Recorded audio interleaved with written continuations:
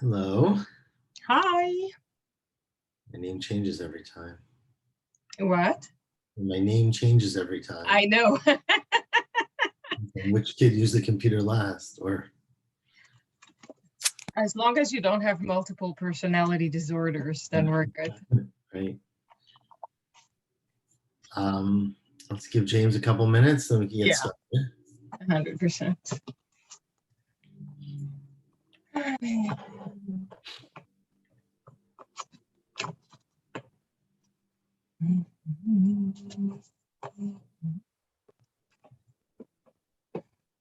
I don't know why I was convinced that we were finishing the Masechet today.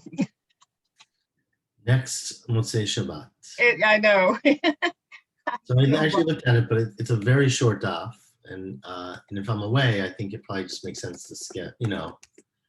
It's like 10 lines on a daf on one amud. Yeah. Though to be honest, this week's dafim are very long, so it might be reasonable they'll fall behind a little bit, but we'll see. I'm sure everyone will make their effort. Because it looks more likely like I might go away for Shabbat. Okay, good. Family first. I hope so. Hope it works out, but we'll see. Got to figure out all the kids. Why? They wouldn't all come with you? No, they should, but the question is, can they miss school? Are there any? Oh, they would. Because it's on Friday morning. It's Friday. The Brit.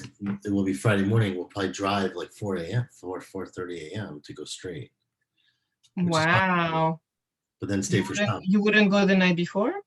I can't. I work really late. There's no way I'll. To be honest, it's easier for me to go sleep at 11 and leave at 4 than to drive it at 10 o'clock. I'm exhausted. Yeah. Okay. So anyways, we'll see. It's hard for everyone else, but they'll hopefully sleep. But okay, let's get started, I guess. I'll give him 2 minutes. I'm not in that big a rush.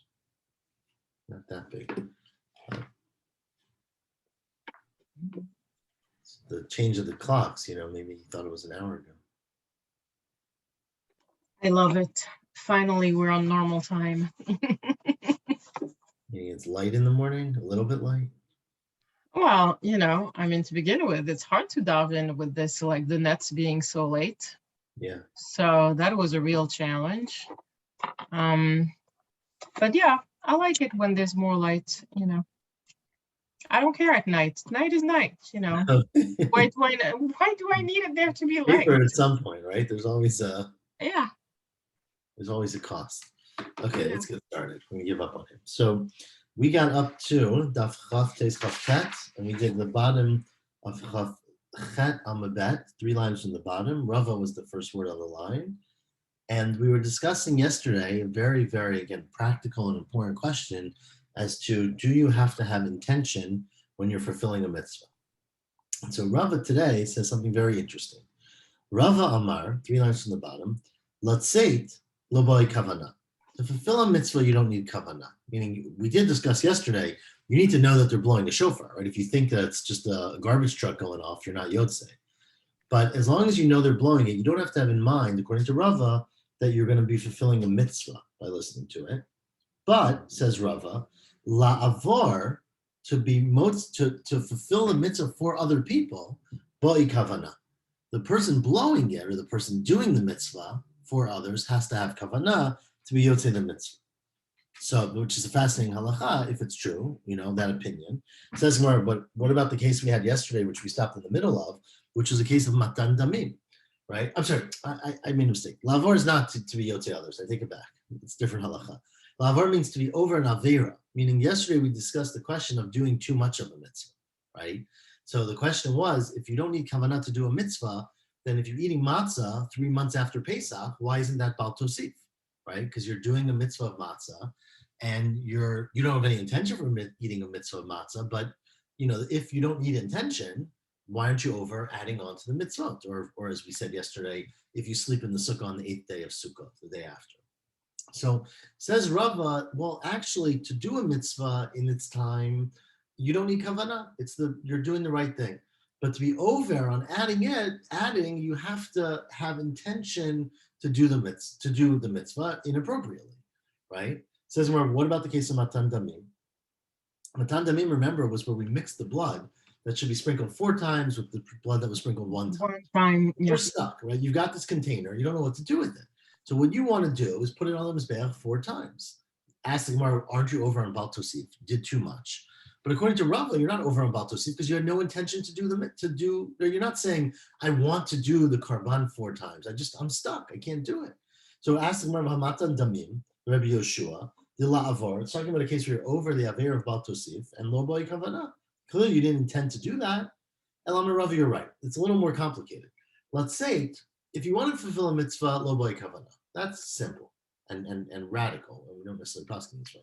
You don't need kavana, right? To hear the shofar, to hear the Megillah, just you do it. But la'avor, to be over on doing an extra, or about to receive, doing extra mitzvot, then bismano lo boy kavana. If it's during the time of the mitzvah, then you don't need to have intention. If you do it when you're not, something you're not supposed to do, like sprinkling blood on the mizbeach 4 times when it's supposed to be done once, if it's during the zman of the karban, as we said yesterday, you're over, according to Rava, on Bal Tosif. But shelo bismano, if it's not during the time, then boi kavana. And therefore, the sukkah is no longer a problem. Because if you're sitting in the sukkah because you like being outside on the 8th day or the 9th day, you're not over on Bal Tosif because you're not doing it with the Hey, intention. you're not doing it for Sukkot, you're doing it just Okay. That's the answer, according to Rav. So would it be the same thing for blowing the shofar, like just like that?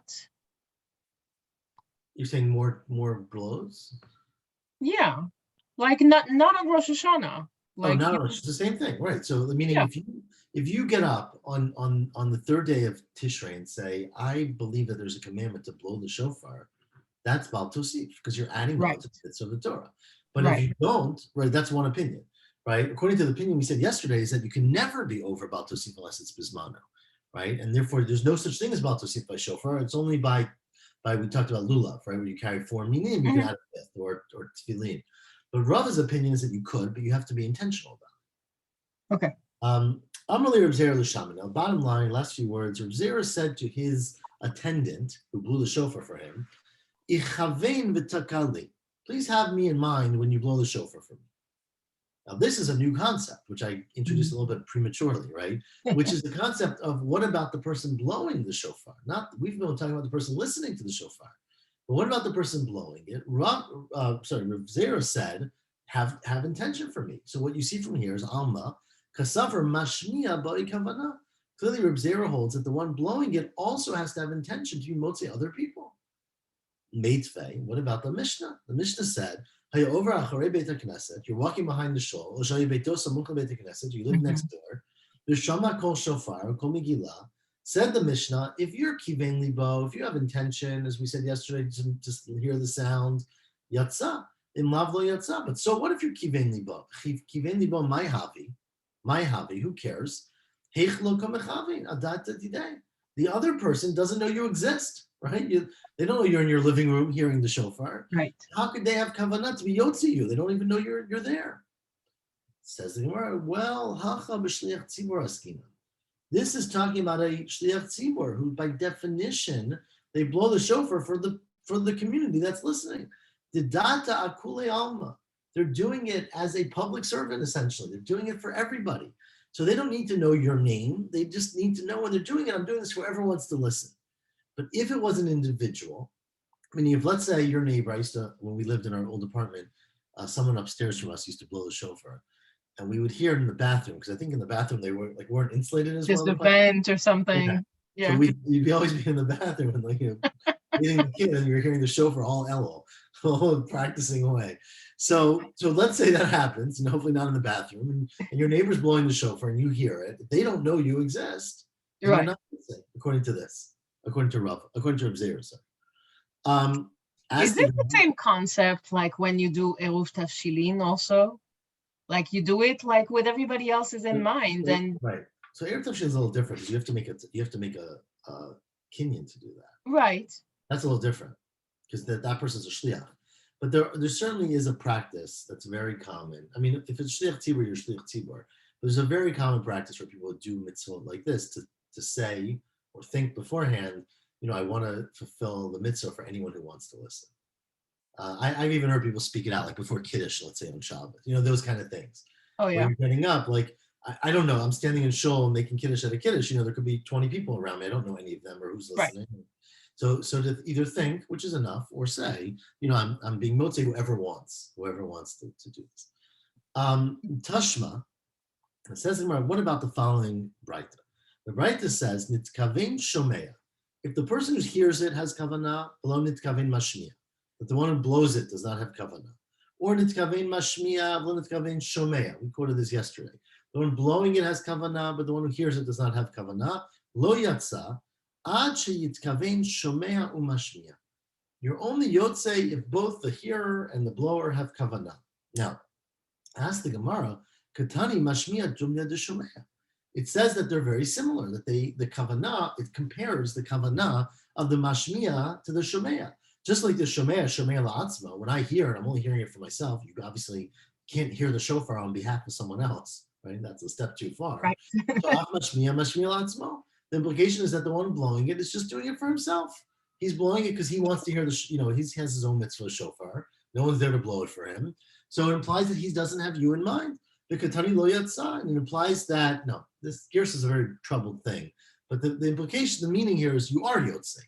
It says you're not Yotzei if they don't have you in mind, but if they have you, if they don't have Kavanah, but if they have Kavanah, right, even apparently, if it's just Kavanah for themselves, then you're Yotzei, right? So that as long as the Mashmi has Kavanah for himself, and the Shemei has Kavanah for himself or herself, you're Yotzei. So this seems to argue with the statement. Sorry? How would you know that? You're the one who's listening. How would you know that he has kavanah? What if he's doing it just because he was told you can ask, did you have me in mind? If he says no, according to this bright, that seems like you're still Yotzei. As long as he has his kavanah that's equivalent to your kavanah, meaning for himself, that's enough. Right? Right, but that's what I'm saying. The case where he actually doesn't have kavanah even for himself. He's doing it just because, he was asked to do it, but it's kind of like a chore for him to do it. I mean, it's an extreme case. I'm just like. I'm just saying, but we said yesterday that he doesn't have to have kavanah for the mitzvah. He has to have kavanah for blowing. Remember, we said the case was where he was like puttering around. Right. He wasn't even intending to blow a note, and it just accidentally happened. That's where it doesn't work. But if he was intending to blow, whether it was for practice or for mitzvah or just for the heck of it, then it's okay. Issue about whether he was already Yotzei or not. So then, according to this bright, that seems to be okay, which disagrees with Reb Zera. Because Reb Zera said to his shamus, right, blow for me, have me in mind. You don't need, according to this bright, you don't have to have someone in mind. You just have to be doing it. Says the Gemara, you're right, but Tanai, in fact, there is a machloket Tanaim about this question.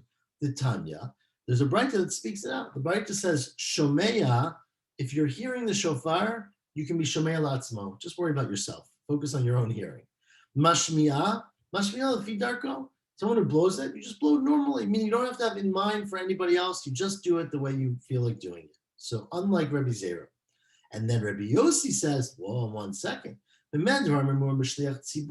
That's only true if you're a public person and you're doing it, subconsciously, but it's accepted that you're doing it for all people. But if you're doing it alone for one individual or for a few individuals, lo yatsa achit kavein shomea umashmiya.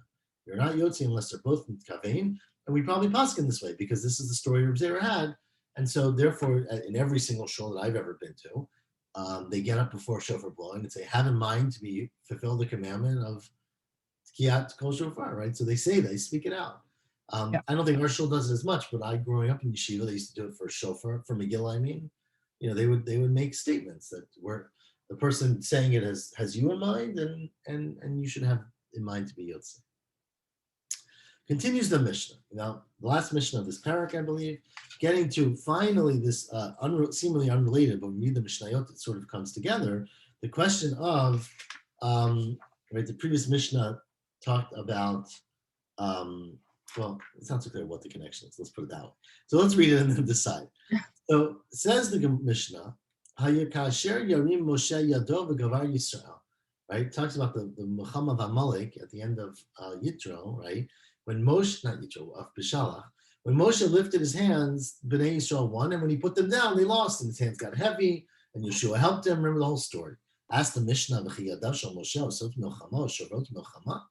The hands of Moshe have anything to do with the war? Moshe was just standing there praying to Hashem.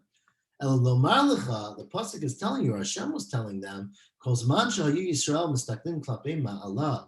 As long as they were looking in above, meaning they were focusing on, again, I don't know what above is because God's not above, but heaven, and they were, subjugating themselves. They were begging or relying on God. Then hayu mitkabrim, then they won the war. But in love, when Moshe's hands came down as a metaphor for when they weren't focused on God, hayu noflim, then they were losing. And Kiyotse Badavar Tomer is a very similar concept when it talks about in Korach, after Korach, right? There was the Hashana Choshet. Hashem told Moshe, Aseidecha Saraf, make yourself a snake, a serpent, Vesimoto al nes, and put it on a stick, on a pillar. Hayakon Ashuch, anyone who's bitten, Ra'a Oto v'chai, they'll see that snake and they'll live. You look at the snake, how does that make you live or not? It's not medicine, it's not powerful. Ella, the symbol is that it was above you. When people look up and they are mishabed, then hayu mitrapim, then they are healed. And if not, they nimok literally means they crumble. The opposite, right? So they die or they get worse. Okay, now what does that have to do with anything? It's not so clear, and we're going to see in the Gemara they probably do something with the shofar. We'll discuss in the Gemara for 1 second. We actually will not discuss the Gemara. I'm trying to think where we will discuss. We will discuss, we don't discuss the Gemara. So the question is, what does it have to do with anything, right? So I think that the last words of the last Mishnah were about kavanah, right? The Mishnah said that if you are walking by the Beit Knesset and you hear the sound of a shofar, so in kivein libo, I'm not. So that's a similar concept, though it's a little bit far-fetched, that it's not dependent on what you're doing necessarily, it's dependent on what your intention is. And similarly with this snake and then Moshe's hands, it was not Moshe's hands or the snake that was doing it. It was what was behind it. What was the intentionality behind it? Similar to hearing the shofar, you could hear a shofar and not be yotze, and hear a shofar and be yotze. Right? It's not the blowing, it's what you put into it. And of course, we did discuss yesterday, and we will discuss a little bit more today, the question of zichron tru'ah, right? That tru'ah has to have some intentionality to it. And so, just like these actions, you have to know what you're accomplishing to some extent. And then to continue that idea, if someone is not responsible to hear the mitzvah of shofar because they are either not intelligent or they're too young, then they can't do it for somebody else, because since they're not required, they can't do it. And this in fact is the principle. Anyone who's not required to do something cannot be motzi the public. It says the Gemara, Tana Rabbanan. This is a Mishnah we had in Erechen. Yep. Kol chayavim b'tkiyat shofar. It's a bright in Erechen. Hakol chayavim b'tkiyat shofar. Everyone is chayav to blow the shofar.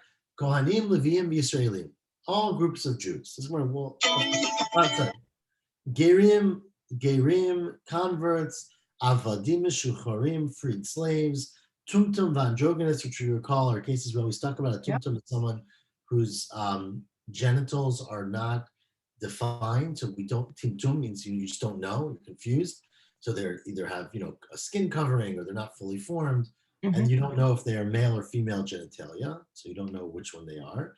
And androgynous is someone who's born with ambiguous genitalia. And so they are, as we said many times, according to many in the Gemara, min bifnei atzmo, somewhere that's not female or male by our general definition, but a third group. So those people, and someone who is owned by, say, two masters and is freed by one, so they are partially freed and chayiv in mitzvot and partially in eved. And where am I? Yeah, so they're all chayiv. Continues the Braita. Tumtum, a person who's again is ambiguous essentially. Eino motziet lo et mino lo cheno mino. They can't read or do the mitzvah or blow, for their own another tumtum, because it might be that this one is female and this one's male, and you just don't know, and they can't do it for someone who's not mino, because you don't know for sure if they're male or female. Androgynous, someone who's in a category of their own, then motziet mino. They can be motzi another androgynous because that's their same type. Avoloat she'ino mino, but not someone who is male or female. Now, if someone is half free but half an eved, they cannot be motzi another eved or a person who's not an eved. Well, that's the bright. Amar Mar. Now we're going to darshan. We're going to explain each part of the bright. Says Mar. Says the bright. Akol chayavim b'tkiyat shofar kohanim leviim v'yisraelim. Pshita. What do you mean? You have to tell me everyone's got to keep Shabbos? Like what's the point? Ihani lo mechayev ma mechayev. Right? Who else would it be? Says well, no. There's a chiddush. There's a fascinating opinion. Kohanim it's trichalek. You need to tell me that kohanim are chayev to hear the shofar on Rosh Hashana. Because I would have thought to say, if I had not specifically said this, that Yom Trua Yelachem. Rosh Hashanah is a day of Trua, but therefore it only applies to those who are unaccustomed to hearing the Trua, right? Meaning it's a shocking thing, it's a big day for them. Someone whose life does not revolve around the Tkiyah and the awareness of God, maybe, that's who's chayav on Rosh Hashanah to come to shul and do it. The Kohanim, they blow the shofar every day. You got to blow the trumpet when you bring a carbon olah.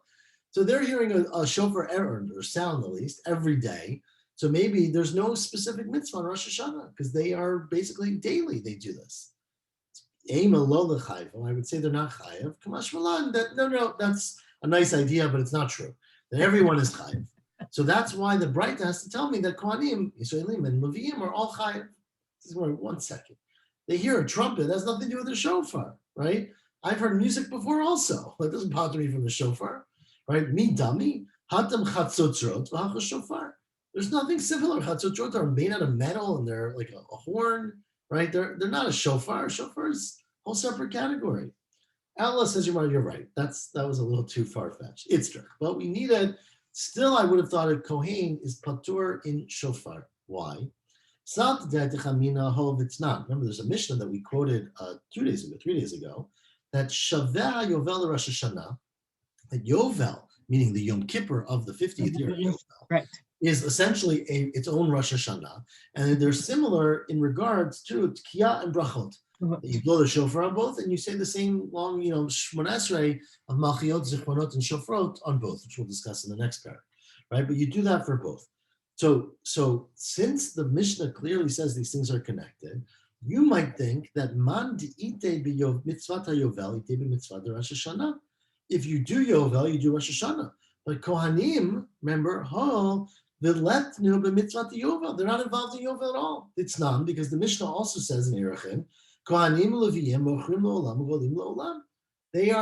Their property is sold forever. The whole principle of property going back in Yovel does not apply to Kohanim and Leviyim. Mm-hmm. And so because of that, you might think that they have different rules, essentially, and that Rosh Hashanah, to some extent, which is a fascinating way to view it, is like a mini Yovel. It's like there's some freedom every year, that you have a microcosm of what happens every 50th year. And since you're not subject to the same rules of Yovel, you're not subject to Rosh Hashanah. So you might have thought that. Kamash Malan, where am I? Ema mitzvot Rosh Hashanah lo l'chayvu. Kamash Malan, they are. That's not, that although they are connected for some things, the mitzvah of Tru'ah, of blowing a shofar, applies to every group of people. Now, continue the Braita.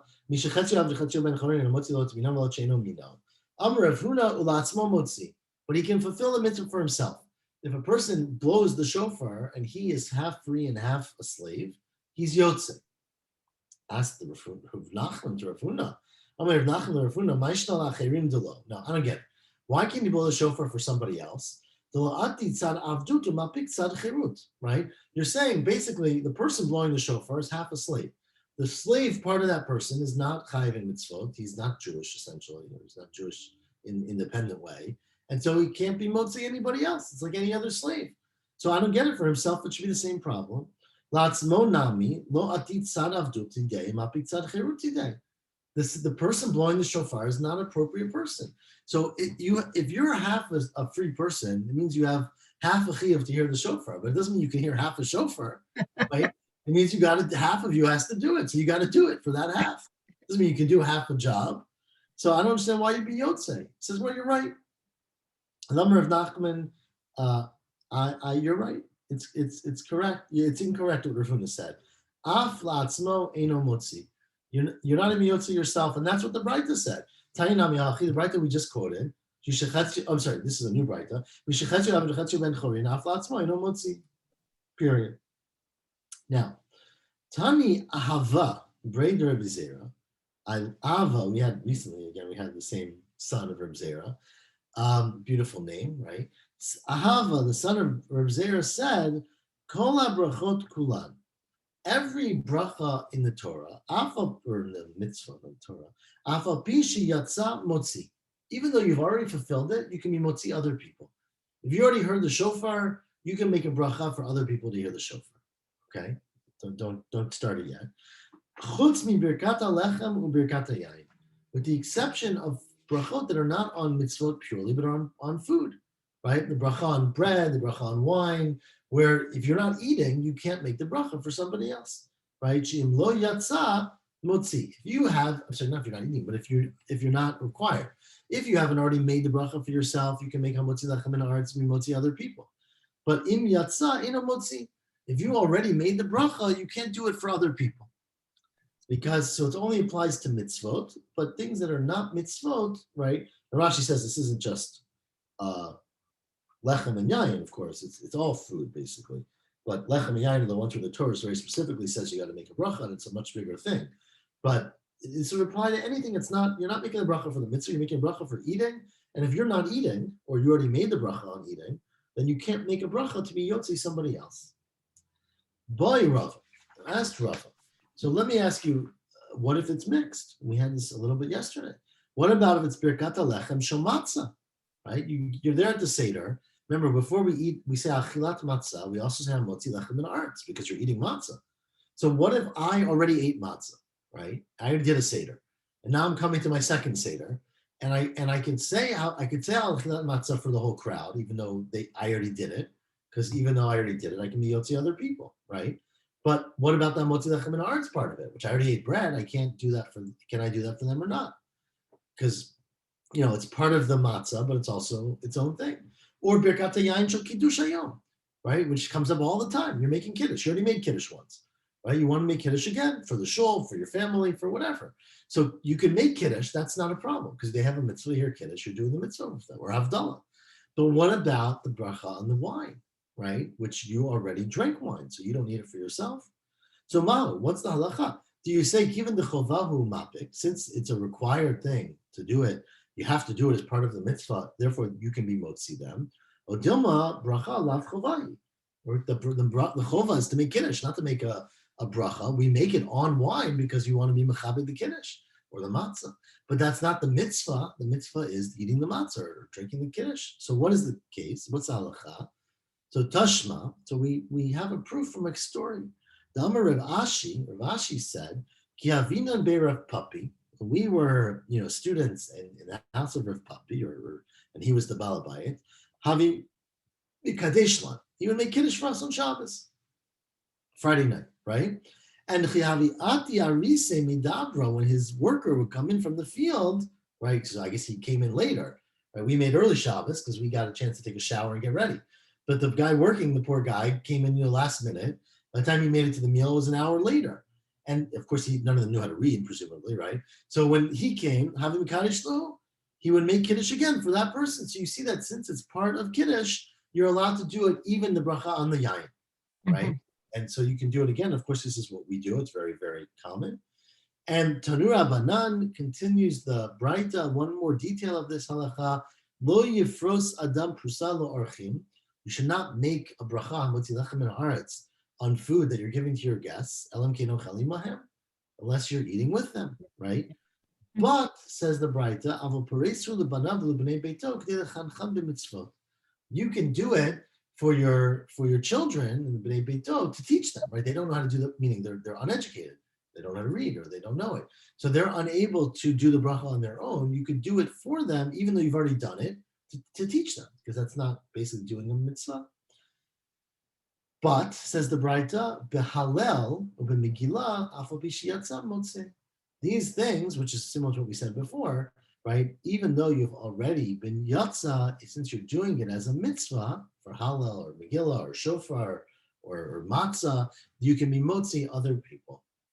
So things that you're doing as a mitzvah, you can be motzi, even though you've already done it. But if it's just eating, like a bracha on food, you can't do it unless you haven't done it You yet. participate yourself. Adon Allah Ra'u Beitin. Now let's start in the last few minutes the final parak, which is what happens on Shabbos, right? We always wondered. Yom Tov, I wondered. Yom Tov shel Rosh Hashanah shechal liot b'Shabbat. If Rosh Hashanah falls on Shabbat, which happens, around every 3 years, b'mikdash hayutokim. They used to blow the shofar in the Beit HaMikdash. Yep. Huge debate what in the Beit HaMikdash means. Gemara does not make it so clear, but that's what the Mishnah says. Avolo b'medina, not in the Around the provinces. Yeah. Right. And it's anything outside of the temple. Well, so we'll see a little bit of where this extends, right? Because there's a big difference between the provinces and the temple, and that's namely Yerushalayim, which is a huge matter of debate. Yeah. Right? Does the Mikdash, the Rambam seems to say, includes the city, meaning it's as opposed to Medina, right? As opposed to outside. And of course, there are others who say it just means the Beit HaMikdash, or as we'll see in the Gemara, where you can see the Beit HaMikdash, where you have to be close. Yeah. I don't know. In this specific Masechet, I didn't see any mention of the Medina. In other ones, I think that we talked about it, but this one just seemed to be saying just like, the Bet HaMikdash, and that's it. I don't know. Rashi says what you're saying, but the Rambam does not agree, just to be clear. And we'll see the Gemara. We'll see why Rashi says Lo Medina means Lo B'Yerushalayim or Lo B'Gvulim, right? Not in Yerushalayim and not in the surrounding places. But again, we'll see in the Gemara a little bit. It's not so clear, but we'll see a little bit in the Gemara. Okay. So, anyways, Yom Tov Shel Rosh Hashanah Shchalayot B'Shabbat B'Mikdash HaYutokim V'Lo B'Medina. We'll see why in a little bit. Yishachar Beit HaMikdash. So now, once the Beit HaMikdash was destroyed. So again, this doesn't prove Beit HaMikdash because, of course, Yerushalayim was also destroyed at the same, or mostly destroyed, right? Hitkin Rabbi Yochanan ben Zakkai shayitokin b'kol makom sheish bo beitin. Yochanan ben Zakkai said, 1 second. Any place, we don't have a Sanhedrin anymore in Beit HaMikdash, right? We don't have the Lishkat HaGazit. Any place where you have a Beit Din, that's the same level, and you blow the shofar on Shabbat. Now, what does the Beit Din mean is also a very big question. But let's keep going. Amar Rebbe Elazar, says Rebbe Elazar, no, I disagree with that statement. Lo hitkin Rabbi Yochanan ben Zakkai el b'Yavne bovad. No, Rabbi Yochanan ben Zakkai only didn't say anywhere you have a Beit Din, only in Yavne. Now, presumably that means only in a Yavne where you had a Beit Din HaGadol, right? Sanhedrin Gadol. But if you had other places, so this is how Rashi understands it. So any place the Sanhedrin went, because remember it went from Yavne to Usha and whatever, all the travels of the Sanhedrin, they're all the same category. But a regular Beit Din, meaning what does a regular Beit Din mean? Because Sanhedrin is 71. The regular Beit Din means 3 people or 23 people, which is capital, right? Okay. So, but whatever it means, a non-Sanhedrin Beit Din, you don't blow in that place. According to, again, we'll just discuss this. And it's a machloket Rishonim, by the way. There's a machloket about what to do. The Rip says, in my city we had a Beit Din and we blew a shofar on Shabbos. Mm-hmm. So it was very clear. The Rosh quotes it and says, no one in the world has ever done that. And it's clearly not the custom. So, and he won, right? But even, in that 11th century, there was a lot of debate about this. So we'll see why in the Gemara. Amrulo, they said to him, where am I? Echad Yavne, Echad Chomakom Shishmo Beit Din. No, both. The Gemara's going to ask that the same thing as the Tanakama, right? And continued the Mishnah, and Od Zot Haita Yerushalayim Yiter al Yavne. This also, Yerushalayim is greater than Yavne. Now, Gemara's going to ask, what do you mean this also? We haven't mentioned anything about Yerushalayim and Yavne yet. But, so obviously we're going to add some words in. But this also was greater about Yerushalayim than Yavne, meaning the Beit HaMikdash, than the Rabbi Yochanan ben Zakkai's Sanhedrin. Shekol ir shehi ro'a v'shomat v'krova. Any city, this is Tosafos very bothered with Rashi's pshat, because this implies that in the time of the Beit HaMikdash, they blew it in Yerushalayim, and any city that was close to Yerushalayim was okay, not in the Beit HaMikdash. because otherwise it wouldn't really, you can't say Kol Ir. What about the city around it, right? Yeah. The implication here is any outlying city. Kol Ir. Are we talking about inside the walls and outside the walls? We mean here Kol Ir, another city, which is what it implies. Shehi Ro'ah Vishomat Ukrova, any other city that you can, it sounds like you have to have all of them. You can see Yerushalayim. Remember, in those days, the city was the next hill over, right? Yeah. Well, it's not like Yerushalayim now, which sprawls for 500 miles, right? It was like every hill, Har Tzofim was its own city, right? It was like essentially. Yeah. So as long as it's a place where you can see the Beit HaMikdash, and Shomat, you can hear them, so obviously it can't be that far, right? And you are Krova, and it's close. We're just going to go through why you need all these things. V'yochola lavo, and you can travel there, meaning there's not like a fence in between. Then Tokin, then you blow in those places. So even the next city, say Abu Ghush, right? Let's just say, obviously it's not close enough. If it was close enough that you could see and you could hear and you could do all this, you would blow the shofar there too, because it's close to Yerushalayim or close to the Beit HaMikdash. But in Yavne, it was confined to the Beitin. Mm-hmm. So the villages around Yavne or the city of Yavne could not blow the shofar, only the Beitin. Okay, that's the mission. As the Gemara, let's start with the first thing. Who the heck told you that you don't blow the shofar outside of Beit HaMikdash on Shabbos and Rosh Hashanah? Right? That seems like a very, dramatic psak. Rosh Hashanah, the whole mitzvah is shofar. You're all of a sudden not doing it in many places. So Menani Mili, how do you know that? Amar Rabbi Levi bar Lachma, Amar Rav Chama bar Chanina. Well, because if you look at the psukim, it's very confusing. Because Katuv Echad Omer, Shabbaton Zichron Trua. That the one pasuk implies that the day is a day of Trua, right? But that implies not Trua. It says Zichron Trua. You remember the Trua. So that implies that you don't blow the shofar, that you talk about sometime, either when you blow the shofar or Har Sinai or Yimotam, like you talk about the thing, but you don't actually do it. Back in the day. Right? And Katuv Echad Omer, Yom Trua Yelachem. One pasuk says it's a day of Trua. So how do you reconcile these two psukim? One that calls it a Zichron Trua, one that calls it a Yom Trua. It must be that Lokasha, Kam Yom Tov Shechal Yot B'Shabbat, Kam Yom Tov Shechal Yot B'Achol. That it depends. There's both things, and some Rosh Hashanahs are Zichron Trua, and some Rosh Hashanahs are regular Trua. Amar Rava, is right. 1 second. If this is really based on a pasuk, Imi Doraita, he Mikdash Hechit Takinan. How can they blow the Beit HaMikdash? Right? If the Torah is saying some years you remember it and some years you do it, why do you blow it in the Beit HaMikdash when it falls out on Shabbat? And further, v'od halav melachahi. It's not even a malacha to blow a shofar. Why? Tana deber Shmuel. It says in the Torah, kol melechet avodah lo tasu. Don't do malacha that involves avodah, involves we call it labor, right? Which is work. Yatstat, kiyat shofar, diyatapat, shi chachma. In a malacha, these are skilled things like blowing the shofar, or diyatapat means learning how to take off, the pita from the side of the oven, which is obviously very skilled.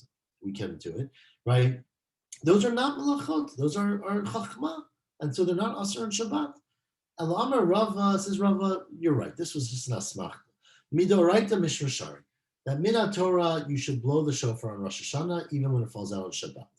But Rabbanan hu to gazur beket the Rabbas. We've had 100 times, like the famous statement of Rabbah. Amar Rabbah hakol chayavim b'tkiyat shofar. Shofar is a problem because everyone's got to do it, but it's very hard to do, right? Ein hakol bikiin b'tkiyat shofar, and therefore we're very worried that people who are not able to blow the shofar, they try and they fail, right? They're going to pick up their shofar and walk to someone else's house to have them blow or teach them how to do it. And because it's something that has these two qualities, which is true about several other things, that everyone's got to do it, but it's hard to do. It requires expertise and requiring everyone to do it. So therefore, we worry that in these cases, the people are going to take it in their own hands and are going to walk Shema Gzeira, Shema Yitzlenu Biyado, Hapakid Lomod. You're going to go to someone who's an expert to teach you, but Yavirenu Arba'am Pershut Rabim. And that's the same reason for the lulav and Hanutam and the Megillah. The same thing for the Megillah. Again, the lulav is a little trickier to understand why they cared, because lulav does not require so much brains to shake a lulav. I mean, Well, you have the different directions. You have like it's which not that complicated, I don't think. But I think lulav, it might be that people really didn't have the parts. You know what I mean? Like you might not. It was hard to find these things, so maybe right. you'll have the lulav, but you don't have hadassim, or you don't have Yeah, aravot. yeah, yeah, yeah, yeah. But Megillah, of course, is very challenging too, and that's something we're worried about. Continue the Mishnah. Mishachar Beit Hamikdash. Hadkin Rabbi Yochanan ben Zakkai. Tanu Rabbanan. It says the Braita, there was a great story. Pamachat. Chal Rosh Hashanah liyot b'Shabbat. Right? The Beit Hamikdash was destroyed. Rabbi Yochanan ben Zakkai had moved to Yavne, and it was maybe the first Rosh Hashanah after the Beit Hamikdash was destroyed that happened on Shabbat, right? Which wasn't, to say, 3 or 4 years later. Rosh Hashanah is on Shabbat, and so people didn't know what to do. Now, when there was a Beit Hamikdash, they would all come to Yerushalayim and hear the shofar there, right? So they assumed, let's do the same thing for Yavne. So Hayukol Ha'arim Mitkansim, all the villages nearby were gathering into Yavne. Amar Lahem Rabbi Yochanan ben Zakkai, the Bnei B'Tera. Bnei B'Tera were we call them the officials, maybe. They were the ones in charge. They're sometimes viewed very negatively, and sometimes we say nice things about them, but usually not so nice. Right? Yeah. They were the ones who had a lot of power. Again, it wasn't not clear exactly how. They weren't the Nasi, but they were a very powerful family. So the Yochanan ben Zakkai had to check with them, and he said, Nitzka, let's blow the shofar. All these people are coming, let's blow it. Amrulo Nidon. They said, no, 1 second. Let's convene a meeting. Let's get a advisory board and discuss about what do we do. It's not, we're not in Yerushalayim. This is unfortunately a new problem that we're in Yavne. What's the halacha? So let's decide. Amar Lahem, he said, okay, listen, everyone's here. I love this. Nitka, let's blow the shofar and then Achach Nidon. Then we'll sit down and we'll talk about it. So they agreed. So Achach Shitakus, they blew the shofar. And Amrulus, they said to Rabbi Yochanan ben Zakkai, okay, Nidon, let's go to my office and talk about it. And he said to them, Amrulam, what do you mean? For Nishma Karen B'Yavna. The whole city of Yavna has heard the horn. What are you going to do now? Have a discussion and say we did the wrong thing? So we've already spoken. So he took advantage of that situation. Because obviously he held that you're supposed to do it, and he didn't really want to discuss it with them. Right? Amar Rabbi Eliezer lo itkin Rabbi Yochanan ben Zakkai al b'Yavne bavad. And Amrulo, they said back to him, no, it was both Yavne and anywhere else that there's a big deal. Amrulo, this is more of the opinion that they said back to him, Tanakama. Right? That was the first opinion, that wherever there's a big deal, and not just Yavne. The difference is a beit din that is a temporary beit din. According to the Tanakama, anywhere that there's a beit din, you blow the shofar, even if it's a temporary beit din. The said Rabbi Yochanan ben Zakkai, right, only in Yavne. I'm sorry, said Rabbi Elazar, only in Yavne. They said back to him, no. Any Yavne and anywhere else was a beit din, but meaning a beit din like Yavne, a permanent beit din. So there's 3 opinions now. There's one opinion that you only do it in Yavne, which is Rabbi Elazar. The first, Tanakama's opinion is that you do it, the Amrulo's opinion is that you do it in Yavne and any other beit din like Yavne, meaning a fixed central beit din. Right. And the Tanakama's opinion is that you do it anywhere there's a beit din, even if it's just no matter whether it's permanent or not. Even if it's just temporary. And tomorrow we will continue the discussion about what exactly is required to blow the shofar on Shabbat. And you'll see why there are some, like I said, the Rif, who say you should even do this today if you have a beit din, but obviously that is not our prevalent practice. So, thank you so much. You're welcome. Shavua Tov, and we will be in touch about next Shabbat. Okay, great. Take care. Shavua Tov. Bye.